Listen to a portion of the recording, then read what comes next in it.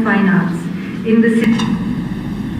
In 2022, to mark its 35th year in existence, the museum embarked on a program to create the Jana Digital Archives, a collection of photo essays, digital exhibitions, and talks by drawing on micro-histories of people and communities from Kerala.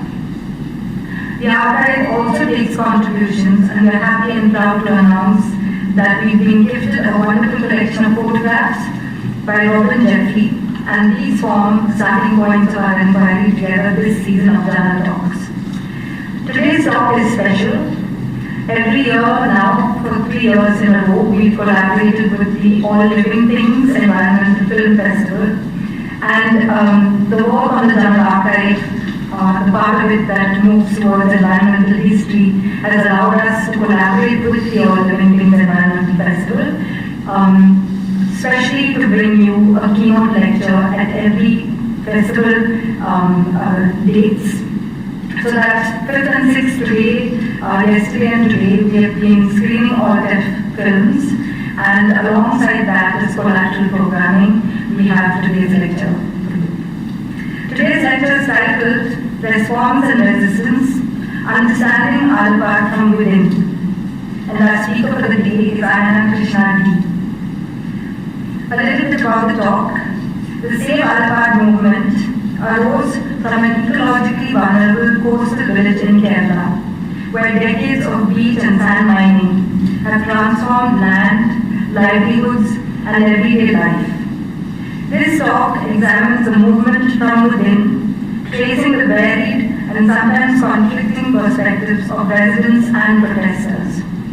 Moving beyond the idea of a unified resistance, it highlights how questions of survival shape community responses to environmental degradation. Through these layered narratives, the talk situates Alappad's struggle within broader debates on development, extractive industries, and environmental justice in Kerala. A little about Ayana. Ayana is a Ph.D. scholar in economics at the Center for Development Studies, Tata. Her research interests lie at the intersection of gender and development, with a current focus on women's work and climate-related stress in the coastal communities of Kerala. She holds a master's degree in development studies from the Tata Institute of Social Sciences, Hyderabad, and bachelor's degree in economics honors from St. Stephen's College, Delhi. Prior to pursuing her doctoral studies, Ayana worked with the Department of School Education, Government of Tamil Nadu, on data-driven governance initiatives. She also spent a year with an NGO contributing to the development of gender-inclusive agricultural value chains through farmer-producer organizations. Before we begin the lecture, I just want to remind you all of a few house rules. Please keep your phones on mute, silent for the duration of the lecture so that we can enjoy this lecture and our speaker is audible. We are on YouTube live, so please make sure that during the Q&A, your questions are well formed and articulated, and you use the mic before you shoot. And the lecture will be for 45 minutes, followed by the Q&A. Everyone has their own beliefs and perspectives, especially for this one. Please make an effort to respect everyone else while sharing your own views. Ayana, I warmly welcome you.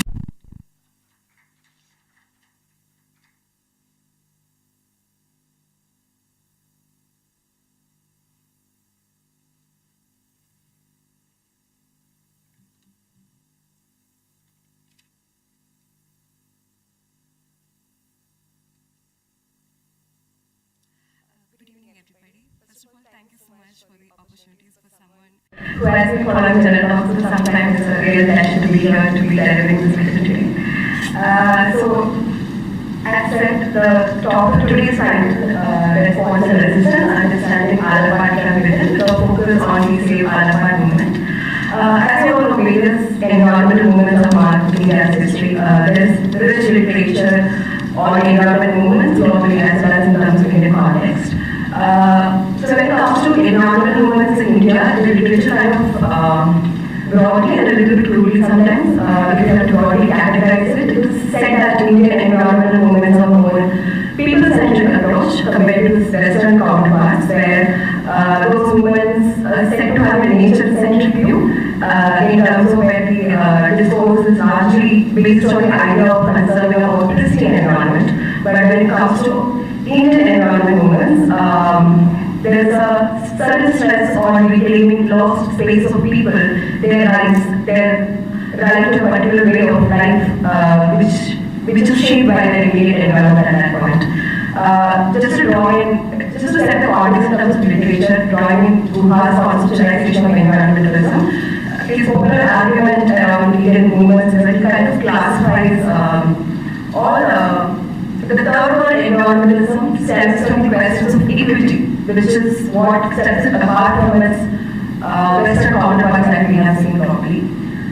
So our movements kind of look at communities that have built up their entire way of life, livelihood, beliefs and culture, which is shaped by their immediate environment. And the questions they raise through these movements also kind of focus on that rather than it does address larger environmental questions, but immediate concerns, the language is centered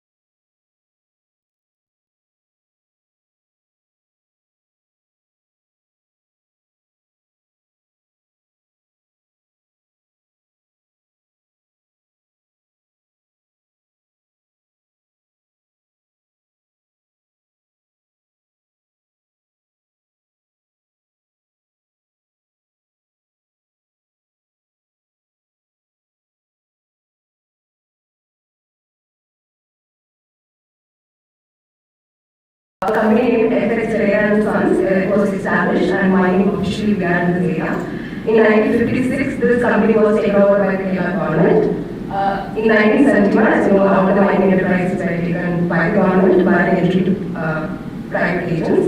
The 1991 industrial policy statement reserved mining and production of prescribed substances exclusively for the public sector. So currently, in the Alappad stretch, we have two public sector enterprises. One is the Indian Railways Limited, IRD. It is a public sector undertaking by the central government, and the Kerala Minerals and Metals Limited, KMML, by the state government.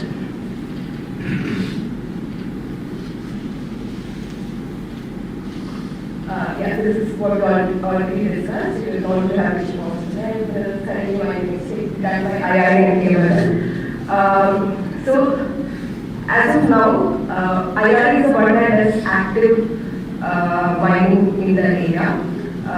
So they usually deploy two techniques in this area. I'm not an expert in this subject, so just the application that I just telling the information I've gathered from the field. So one is sea washing and the other is deep mining. Deep mining is a technique that they use in the land area itself, where they can mine the sand on the coast and they fish out the minerals and refill the land track.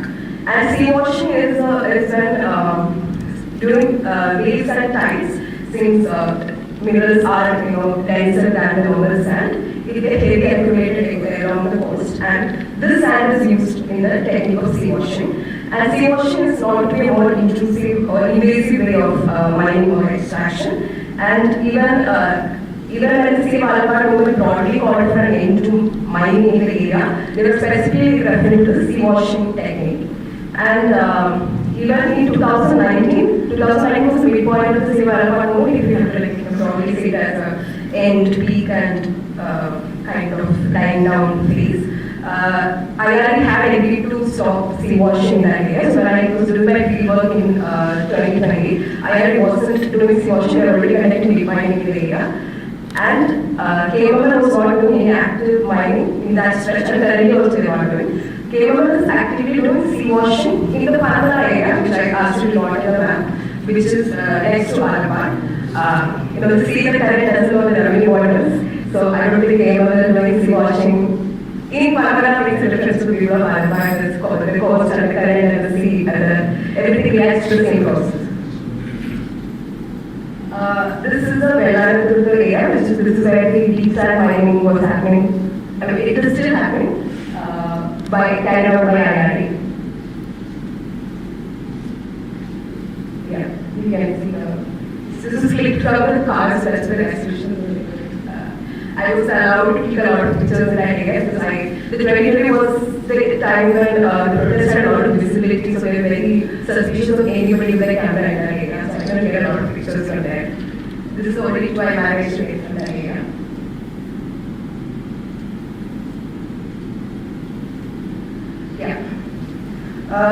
So the Anti-Mining People's Protest Council launched the Save Alappad campaign officially in November 2018. It's not that the protest in that area suddenly came out of the picture in 2018. There were long-term protests in that area for years for various reasons. Right before the 2018, the official launch of the council, the local party, CPIM, had organized a rather popular protest there against IRD, but it was more of a labor question for them. There were people employed from the village at IRD who were laid off without notice. So the protest was in response to that by the workers were laid off. So there are three, so their demands were first were take back the workers. Second is refill the land which is used for demining the relevant area. The labor question was suddenly addressed by the IRD, and that put an end to the protest, and the other question kind of just vanished right there. And it was then in 2018 the protest council was launched and the campaign actually began. The campaign began, it was very localized, it didn't get a lot of mainstream media attention. Then in 2019, Kavya, the girl from the village itself, she made a video, it was a TikTok video, which went suddenly viral, it was on social media platforms. And that's when it started getting a lot of mainstream media attention. We'll actually watch the video first.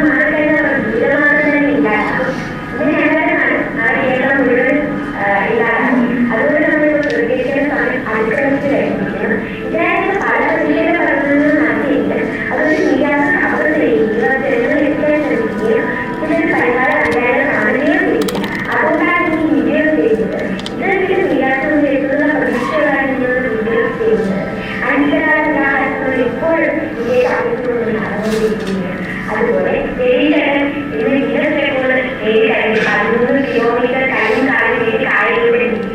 അത് save Alappad വേണ്ടിയിട്ടായിരുന്നു. എങ്കിലും പലരും അത് ജനങ്ങളിലേക്ക് എത്തിയ ശരിയാൻ തയ്യാറല്ല. അതുകൊണ്ടാണ് ഇങ്ങനെ വീഡിയോ ചെയ്യുന്നത്.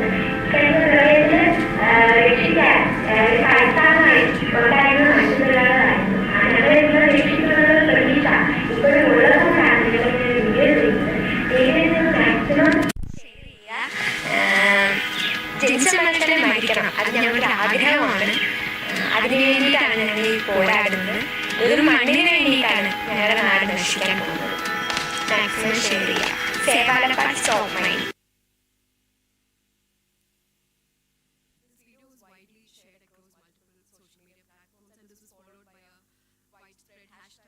In which a lot of popular figures to buy. So this study was done as part of my master's dissertation in 2020. So one of the objectives that I explored was to look at this movement more closely and capture how different sections of people within the community perceive this movement. So the field study was done in December 2019 and January 2020. The picture here. This was posted for an event on November 1st, 2019, which marked the 1 year of a relay hunger strike that the community members have been doing since the launch of the protest council last year. So this was my first field picture, I think. This is the first time I went to the field. The village has 16 wards, and I looked at 3 wards, Cherredigal, Padalapur, and Vellampur. Cherredigal is the main hub of the protest movement. That is where the Summer Pandal was located. Samarampur is located right opposite to the Panchayat office, and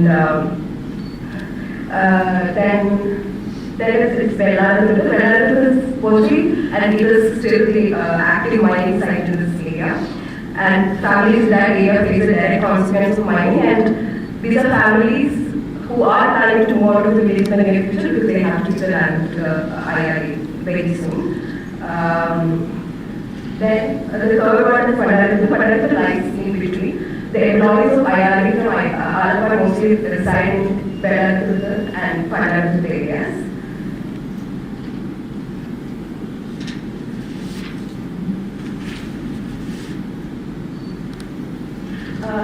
So I used a lot of narratives here to give you the glimpse of what happened in the field or what I gathered from the field.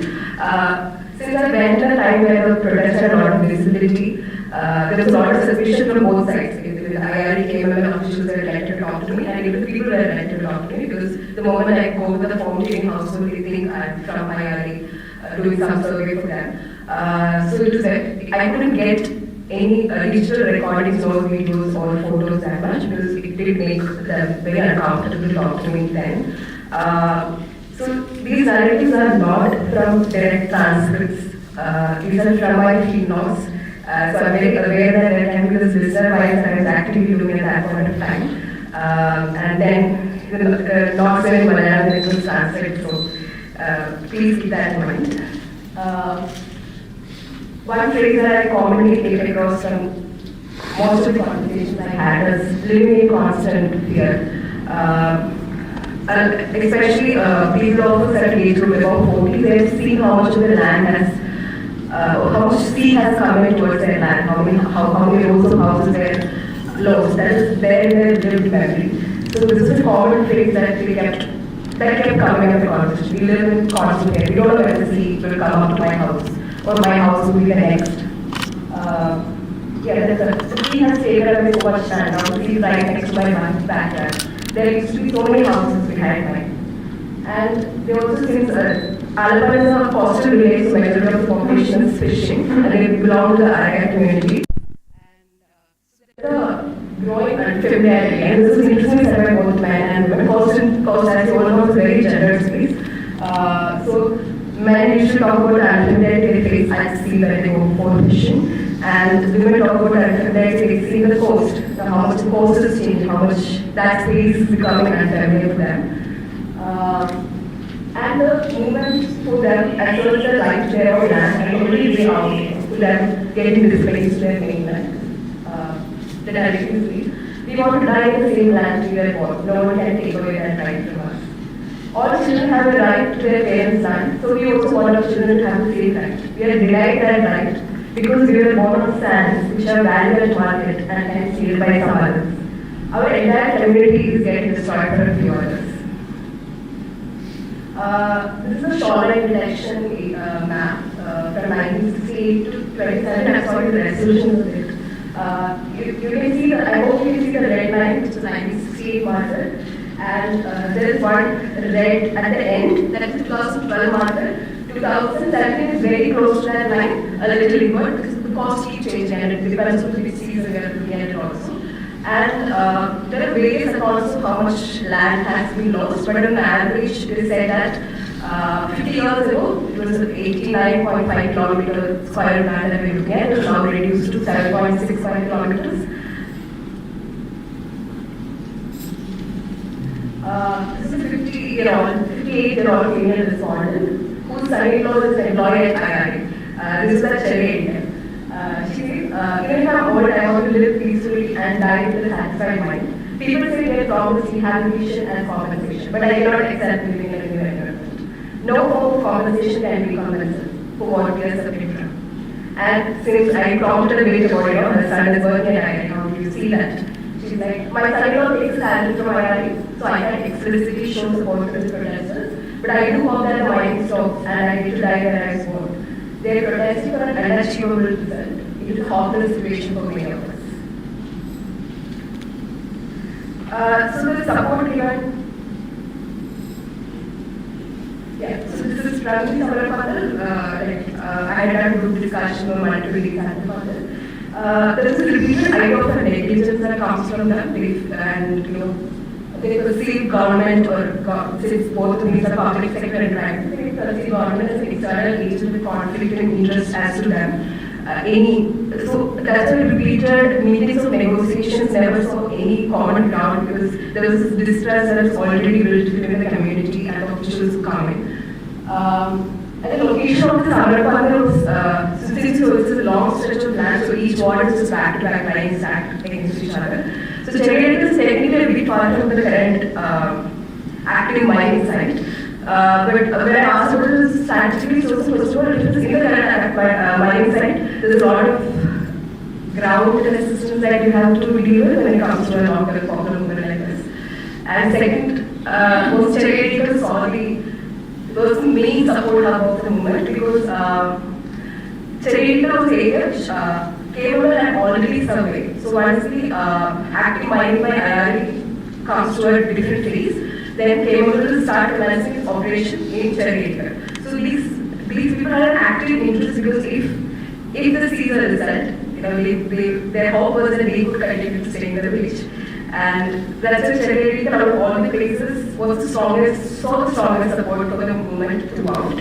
And since there was no land taken away currently in that area, the households didn't face any pressure from neighbors moving out of the village or the parts of the village getting deserted.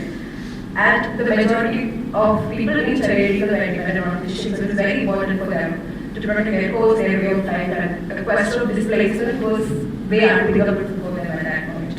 And interestingly, there was nobody from the ward Chennai was employed at IRA board came well. So there was this also, in between conversations, this sense of unfairness that they had, none of them got the job at the mining enterprise. They still had to do the fishing and the people from other wards got the jobs.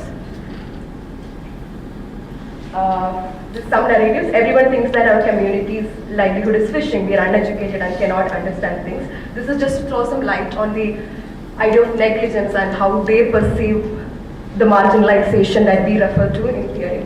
But you will not find a single person of this generation without a graduation degree here. We want our children to be educated. Most of the current generation are placed with reputed posts in government service, so they all move out of the community. We as a community lack strong political representation. Unlike some other communities, we don't have a political party, so we continue to be neglected. Government appointed committees who come here for a day or two might come up with several reasons for our land disappearance, but I grew up in this land and I've seen how it changed. No matter what others say, it is the mining that led our land to this plight, and no one can make me believe otherwise. This was a fisherman who was 75 years old, who's been, when I interviewed him, he was still actively going on small violence at that point. We might die without witnessing an actual result of this campaign, but we will die sitting in the Samara Pandal doing Satyagraha. There's no going back unless we get a solution for our plight. Next is from the employees of the mining enterprises. So as I mentioned, all of them stay at Pandarathurthu and Vellarathuruth areas, and these are not permanent employees, but they are hired on a contract basis to do the on-site work. And over the years, the demand for laborers has reduced because a lot of process is getting mechanized. And the standard wage for them is 1,020 per day. So they usually get work for around 20 to 26 days per month, which kind of gets them an average salary of around 25,000 rupees per month. And they do have some medical coverage benefits as well. But most of these men who are employed at IRE, their primary occupation used to be fishing, and they still report fishing as their secondary occupation. And they do go for fishing when there is not, when they get a stretch of phase when there is no work at IRE. So most of them do go for fishing during weekends as well. So first narrative, I still go fishing when I don't have work at IRE. So the village at sea is as important to me as for any other person in this village. It doesn't change because I work for IRE. Then there's another interesting narrative that I've picked. It is not mining that should be blamed for all the adversities. We all read in newspapers about climate change and how it is impacting our lives. And fish depletion is not happening just in Alappad. It is happening all along the coast of Kerala, even at places where there is no mining. The protest committee said our jobs can be easily compensated by the government elsewhere. So it's not a concern for the movement, but for us that is the biggest concern, because it's a question of their everyday life and survival. And while I was doing the survey, there was reportedly 130 employees at IRE. I couldn't verify this number with the IRE officials because they never responded back. This is from the mining site, which is the Vellarathuruth area. So many people there. So when I was going into the field at that point of time, half of the village was deserted because they have given away their land, and half of there, the deep mining is actively happening. So there are scattered houses at certain locations. So they in principle support the cause, but most of them never turned up for the active protest or any of the programs they organized. And most of them, as I already mentioned, most of them have already signed the agreement with IRE or are planning to in the near future. Even if we don't want to give the land, drilling is happening in the next plot, right outside our outer wall. How will we continue to stay here in such a situation? Another, if we don't give the land to IRE now, the sea will take it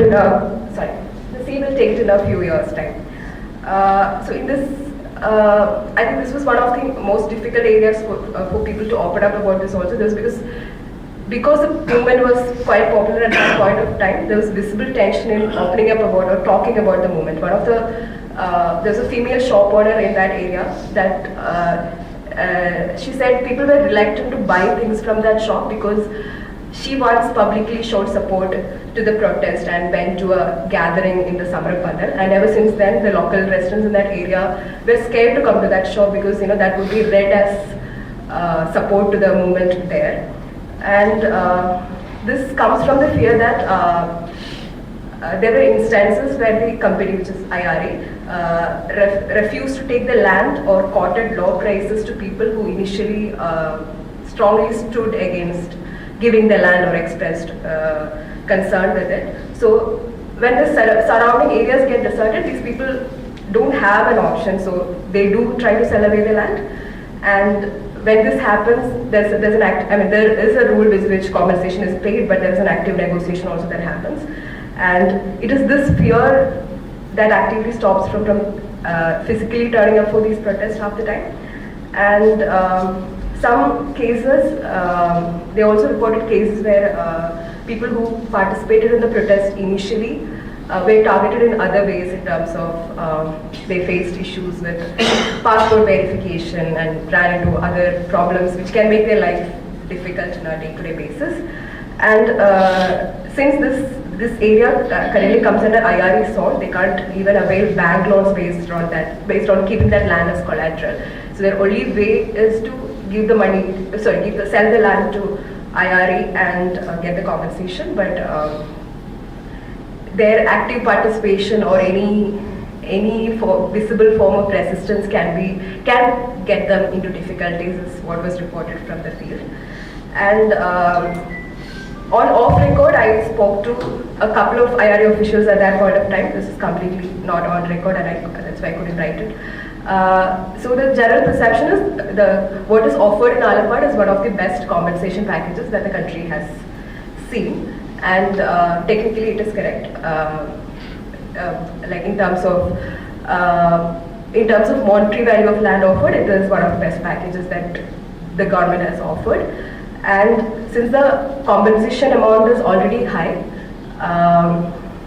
one of the demands of the protest that raised is also about an adequate compensation mechanism, because whenever they move to a mainland, they're thrown into huge debt because they can't handle the moving cost, and the compensation is not enough to buy a piece of land in the mainland and then construct a house and then start getting on with their life. And since the compensation amount is already high, it can be negotiated. And yeah, I think I'll stop this.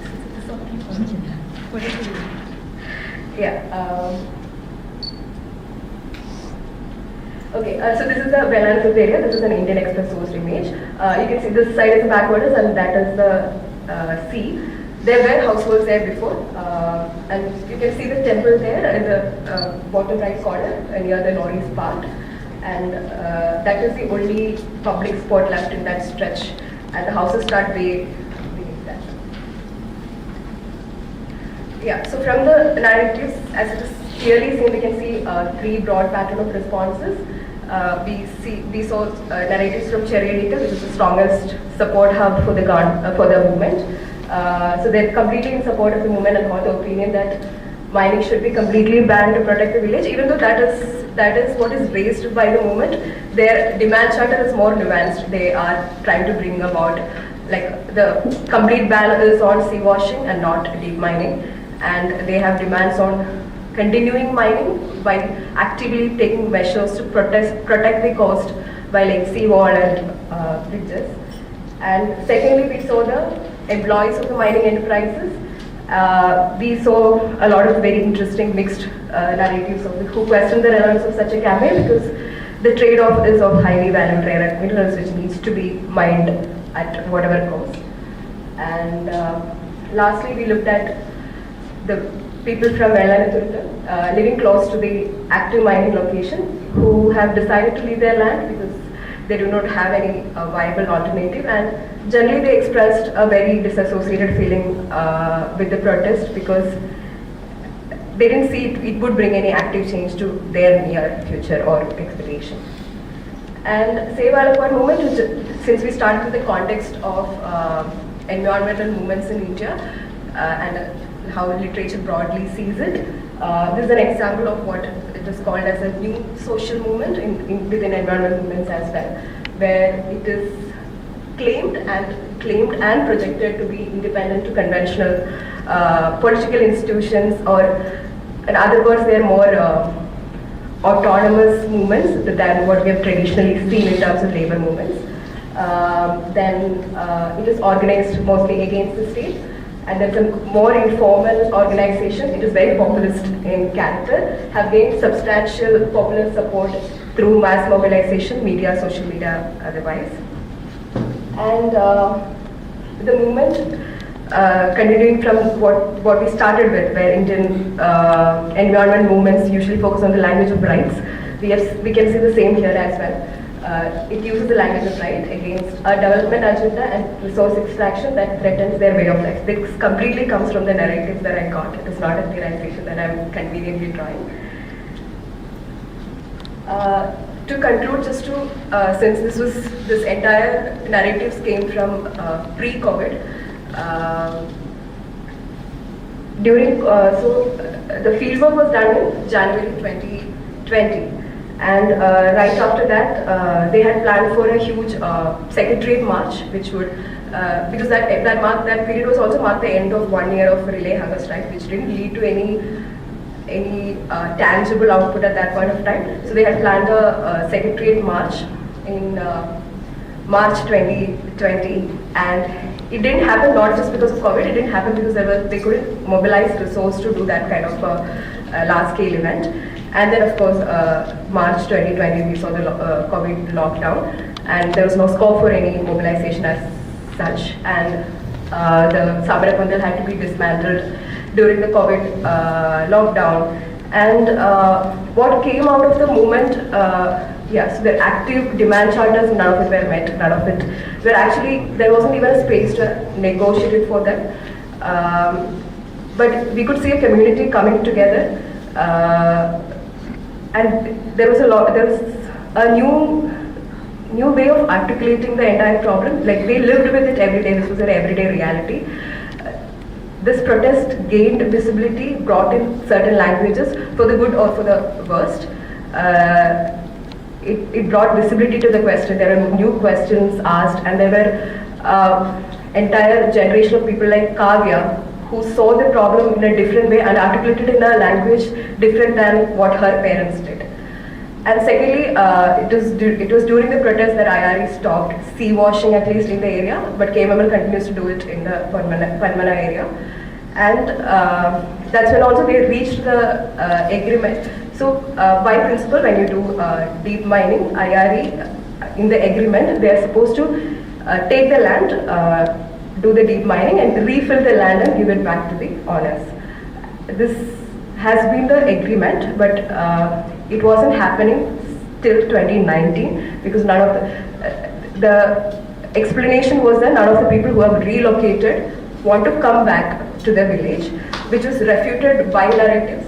But the IRE officials' claim was that they don't want to come back to the coast, that they don't want to come back to the damaged land and want to stay there. But after the protest, which is after 2019, they have been actively refilling the dig land, and it is being reclaimed. But it's not getting inhabited because half of the village is still getting actively mined. We don't know what will happen in the future. And so Thottappally is an area, so some of you might be knowing there's an active protest currently happening in Thottappally against sand mining in the area. This sand mining started as part of the dredging program done by the Disaster Management Authority to deal with the flooding in the Kuttanad area. So I've been a little closely following the Thottappally anti-sand mining protest. So they always credit the kind of origin of their protest to Alappad protest. It is Alappad that formed the base for them to mobilize a protest of that sort in their area, is what they keep crediting. That's why I thought I would close it with that. But I will close it with one more narrative just to. So this is a 70-plus-year-old chichi in my field who has become a sort of friend over time. And every time I visit field, this is like an attendance place for me. I have to go and say hi to her. This was after the first lockdown phase. There was a release of restrictions. I went back to Alappad and met her, and she gave me a tea. We walked to the beach, and this is one question she left me with, and which still keeps me disturbed. I don't have an answer to this. She asked me, shouldn't those in power, which she refers to as Myanmar, be worried about protecting our coast? If the village disappears and the sea merges with the backwaters, where will they go to take this sand? Do we have other Alappads?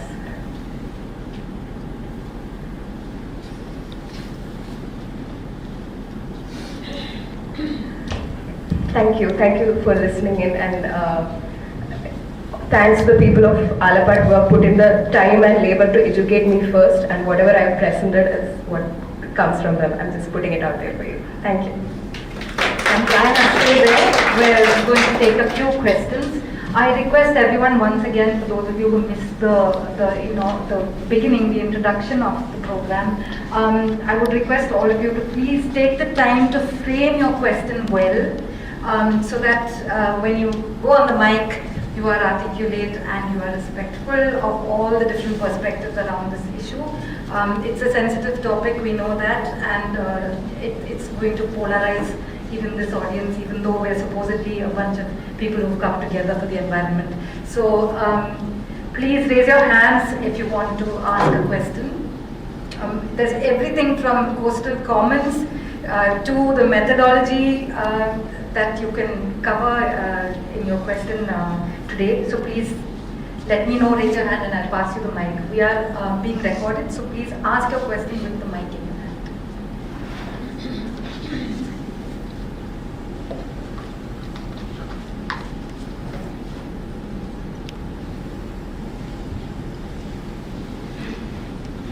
Can I? Yeah.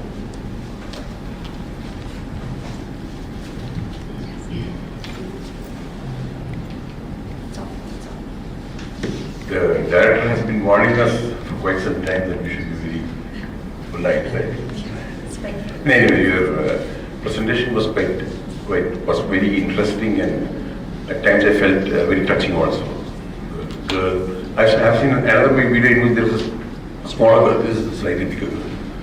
Then I used to work for ARE. I was basically a chemical engineer working in the process part of it, but then for 5 years or so I was working in the ilmenite mines in Manalakurchi. It's about 100 kilometers from here in Tamil Nadu. That is first part. So whatever I say, I must be talking with a little bit of experience behind me. You're talking about drilling, right? We don't drill. It's basically no, just for that. We don't use the word drill there. We are harvesting. Whatever sand comes by the waves, just like, any parting board, the heavier things I think will go and the lighter things will go out, something like that. So we have that kind of an action. We are using the hands of God in the form of waves that make the sand come out here. So we do the harvesting. So you are showing some excavators, right? They excavate. Probably in the evening, the morning they excavate. In the evening, the tides and the sea bring back the sand. The next day again, it happens all the time. That is one part. Second part is that you have told people about the compensation part. We go by directives from the government. We are not private enterprise. We work under the Department of Chemical Energy. We have got mining rules. We cannot take simple decisions like that. So we go by guidelines, and the guidelines are very clear. You have to give compensation. What is the actual rate? You have to give the compensation, and within 11 months, so you take 5 cents of land. Whatever is the rate at Panchayat, that money is given to them. Then for within 11 months, if there is a house, we estimate by the government rules, the money is given for that. If there is a coconut tree, we calculate there are some values for that, which fruit bearing trees. So everything is numbered, everything is evaluated, money is given to them. So obviously many people would think we will not get back the land. We take the material from the land, we don't do any drilling works. If at all there is any foundation work, probably some sound may come because we need to move the foundation, some sound has to come. Then we don't go very deep. Our standard rule is that we go 6 meters. The moment we take some material, it is again filled back with whatever minerals are removed, the whatever sand is there is again filled back. So if 5 cent plot and we have got a rule, within 11 months we have to give back. Mostly we do it in 1 or 2 months.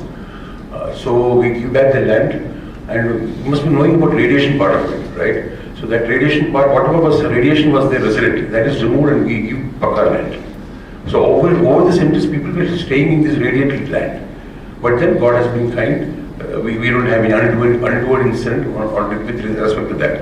So what people used to get, what people had that land where they were staying on, where radiation was very high, they get back the land. Now why people are not coming back? Obviously they have got the money. So with that money probably they would have brought, better lands.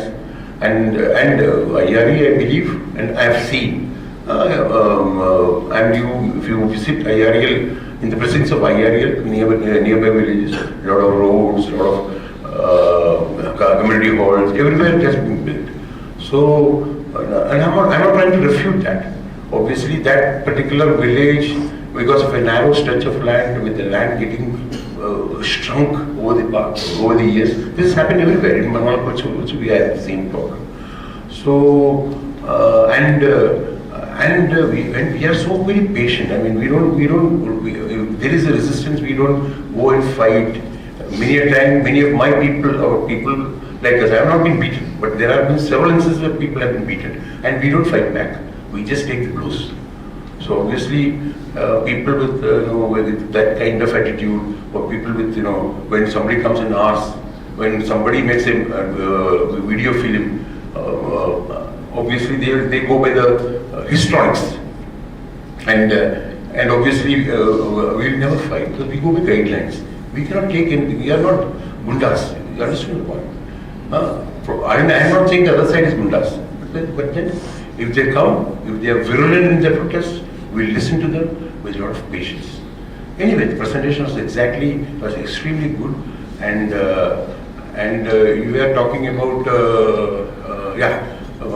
employment. Actually, these people are not fully employed. We have got forums are there, so these people get employment there. They are quite well paid. They have got a canteen. The medical facilities are given. They worked for 60 years. They got a uniform. Then, when there is no work in the beaches, they are deployed within the plant also. And sometimes some of these people, they don't go because obviously working in plant is hard work, whereas going for fishing is light work. You get a lot of money also to that. So anyway, I'm not trying to say that this is a very. Thank you. Yeah. But then I must make you comfortable. It's a beautiful presentation, right? Whatever you have tried to, whatever you have done is very good. But then being a man from Ayana who has been working there, thank you for sharing your perspective. I think I gave all of us a clear view of what the Ayana's perspective is on this whole thing. Ayana, it's up to you. One more thing, those are not simple minerals, they are atomic minerals. Yeah, so Ayana will critical minerals. That's again, just come to that. I think I mentioned is these are all rare earth minerals that prescribed. No, rare earth minerals is something else. Yeah, okay. These are atomic minerals, of which one component monoxide is having rare earth. Rest of it is ilmenite, rutile, zircon, I mean, there wasn't a question to respond to, but just to say that it's like something that caught my attention in the response is fishing is not light work. But for someone who's been working with caustic chemicals for some time, and I'm also an outsider, I go with an outside gaze, I've seen the kind of physical toll it takes to go out and fish, and I don't think it's a light work. It's never an easy game.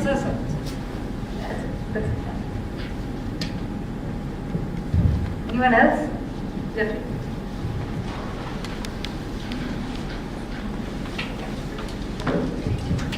Hey, wonderful talk. It's a movement a lot of us missed, maybe, or just got wind of it on social media. But I think the question still remains where if IRA did not exist, would the erosion we see have happened? Because the erosion in the maps that you showed is quite drastic. And if you match that up with the erosion on other coasts where there is no dredging, mining, whatever you want to call it, the erosion is more minimal. In the 1968 too. But again, these are not linear maps. The trends change. It's maybe seasonal also. So isn't there a drastic difference in the level of erosion when it comes to areas like this, Tata now, which gets its inspiration also from this movement? Or is this erosion more consistent? That's my question. Thank you for the question. So I also first went into the field with this counterfactual question, like with the ambitious plan of like the naivety of being a master's student at that point. Can I ascribe this erosion to some point? Because that was a whole burning question at that point of time when Alappad movement came into limelight. Is it mining? Or isn't it happening to the whole coast of Kerala? The entire coast of Kerala is vulnerable due to many factors, and there is change within the fishing sector. There's climate change happening. There's so many things happening. And is it mining? Can we ascribe it to mining? There have been a couple of counterfactual studies that actually technically look at this erosion, and I'm not from the area, and I already know the studies that they've reported. The two studies that I refer to in my work have contrasting results. One of them actually ascribe close to 70% of the erosion factor in that stretch to mining. And that paper was extensively criticized because of its methodological problems. And it, as you can clearly see when you frame the question, also I'm sure you can also see it. It's very difficult to ascribe this much of the impact or this much of the erosion caused because of this mining happened. There's a lot of factors at play at coast, but from whatever I've seen and read about it, I don't think we can take out mining as a factor, and it is a major factor because we're not seeing the same extent of erosion in comparable regions in the same stretch. And Thotumali is also not prescribed substances. It is just sand mining near the Puri area, so that's a different case altogether. It's a very case-to-case question we are looking at. But Alappad as a stretch, the extent of erosion, we don't have a comparable case.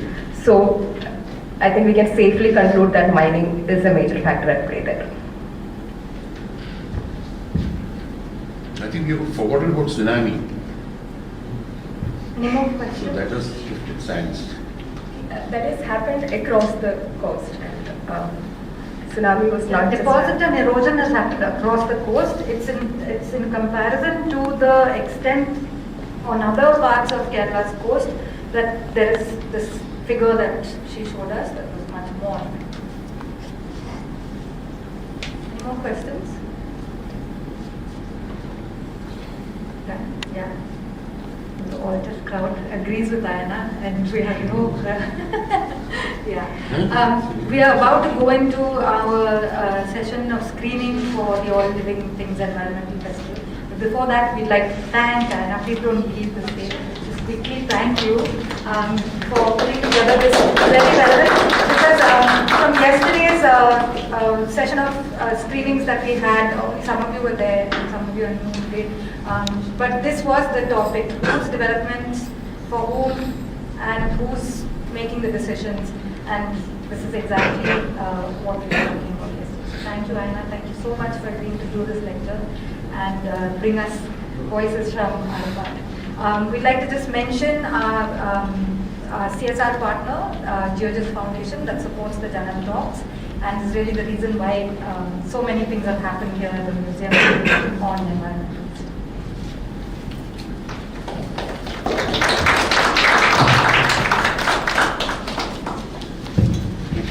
So, over to our alternate host for the evening.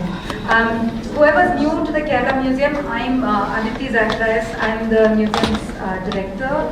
And if you haven't already, please make sure that you subscribe to the Kerala Museum's WhatsApp channel. It's on the back of every chair.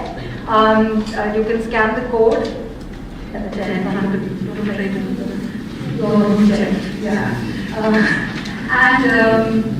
And follow us on Instagram or at Kerala Museum. We have a full calendar of programs, and there's a new show opening in the Finance Gallery tomorrow at 11:30 p.m. if you want to join us there. It's a photography exhibit about the life and photographs of poet